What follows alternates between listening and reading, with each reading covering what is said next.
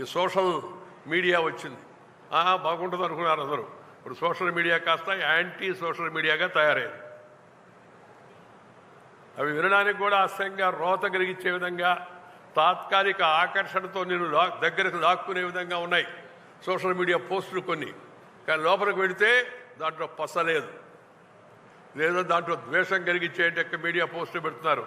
దాంతోపాటు రాజకీయ నాయకులు ఇప్పుడు సోషల్ మీడియాలో ప్రవేశించారు. వావి వరుసలు మాని అన్ని రకాలంటే తప్పుడు ఆరోపణలు చేసుకుంటూ ఉన్నారు. ఆ భాష కూడా వినడానికి అసహ్యంగా వాసన చూడడానికి కబ్బు కొట్టే విధంగా కొందరు మాట్లాడుతున్నారు నాయకులని చెప్పుకునేవాళ్ళు. ఈ సోషల్ మీడియా దాన్ని ప్రచారం చేస్తుంది విస్తృతంగా. వాళ్ళు ఇటన్నారని వీళ్ళు ఇటన్నారని వాళ్ళు ప్రచారం చేస్తున్నారు. దీని ప్రభావం సమాజం మీద, పిల్లల మీద, లేత మనసుల మీద ఎలా పడుతుందనే విషయాన్ని గురించి వాళ్ళు ఆలోచిస్తున్నట్టుగా అనిపించడం లేదు. వాడి నాయకులేనా అనిపిస్తుంటుంది ఒక్కోసారి కొంతమంది గురించి. నేనే పార్టీ గురించి మాట్లాడడం, నేను ఇప్పుడు పార్టీలో లేను, పార్టీల గురించి నాకు పట్టదు. కానీ పార్టీలు వ్యవహరిస్తున్న తీరు మాత్రం ఇవాళ ఆందోళన కలుగుతుంది. చట్టసభల్లో, పార్లమెంట్లో, అసెంబ్లీలో, బహిరంగ సమావేశాల్లో, టీవీ కాన్ఫరెన్సుల్లో కొంతమంది మాట్లాడుతున్న మాటలు వాళ్ళకి అర్థమవుతున్నాయా ముందని నాకు డౌట్.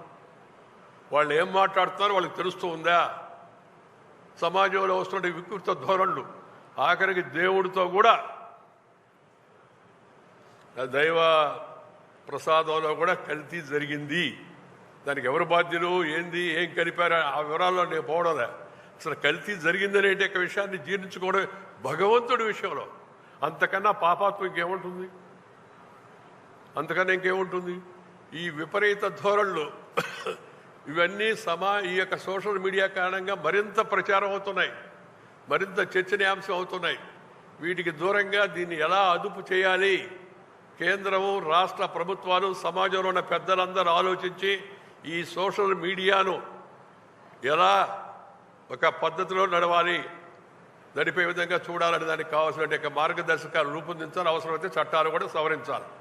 వీటన్నిటి గురించి సమాజము, పెద్దలు, చదువుకున్న వాళ్ళు, సమాజానికి మార్గదర్శనం చేసేవాళ్ళు, రాజకీయాల్లో మాత్రమే వదిలేయకుండా, అన్ని రాజకీయ నాయకులకు మాత్రమే వదిలేయకుండా సమాజం కూడా ఎప్పటికప్పుడు స్పందించాలి.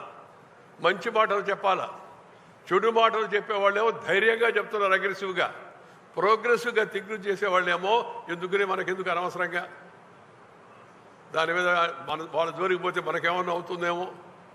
ఆ మధ్య కొంతమంది చెప్పారు కదా, బూతులు విపరీతంగా మాట్లాడుతున్నారు పోయిన ఎలక్షన్ల ముందు. ఈ బూతులు మాట్లాడే వాళ్ళ గురించి అందరికి బాధ ఉంది, కానీ ఎవరు వాళ్ళ గురించి ఏం మాట్లాడాలి? నేను ఒకరోజు ఒక అడిగింది, సార్ ఈ బూతులు మాట్లాడే ఏం చేయాలి సార్ అని. మీ చేతిలోనే ఉందమ్మా అని చెప్పా. మా చేతిలో ఏముంది సార్, వాళ్ళ దూరికి మేము పోతే ఇంకేమైనా ఉందా అంది. ఏమి లేదు, బూతులు మాట్లాడేవాళ్ళకి బూతులో సమాధానం చెప్పు అని చెప్పాను. ఆ పోలింగ్ బూత్లోకి వెళ్ళి బటన్ నొక్కు, ఫినిష్ అయిపోతారండి. అయిపోయారు. మీరు చూడండి, మొన్న ఎన్నికలతో బూతు మాట్లాడేవాడు ఒక్కడి గెలవాల. భవిష్యత్తులో కూడా గెలవకూడదని నా కోరిక. పార్టీలు కాదు, వాటికి ఏదో ఫలానా పార్టీ వాళ్ళే బూతులు మాట్లాడతారు అనేది కాదు. బూత్ అసలు సమాజంలో, ప్రజా జీవనంలో నాయకులని చెప్పేవాడు, ఎమ్మెల్యే అని చెప్పేవాడు, ఎమ్మెల్సీ అని చెప్పేవాడు, ఎంపీ అని చెప్పేవాడు, లేదా ఒకదానికి అధ్యక్షుడు అని చెప్పేవాడు ఇలా మాట్లాడకూడదు అనే నియమం రాసుకోవడమే కాదు కదా.